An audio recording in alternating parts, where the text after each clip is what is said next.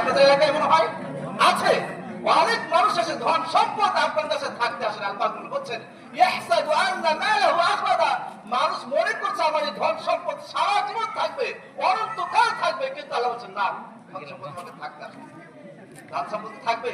ইয়াহসাবু আন্না মালাহু আখলাদা কাল্লা লা ইউবাদান্না ফিল হুতামা, আল্লাহ বলছেন এই ধন সম্পদের মায়ায় পড়ে তুমি আজকে কুরবানি করলে না, তুমি আজকে আল্লাহর রাস্তায় খরচ করছো না, এই ধন সম্পদ একদিন তোমাকে জ্বালাবে, একদিন তোমাকে পোড়াবে।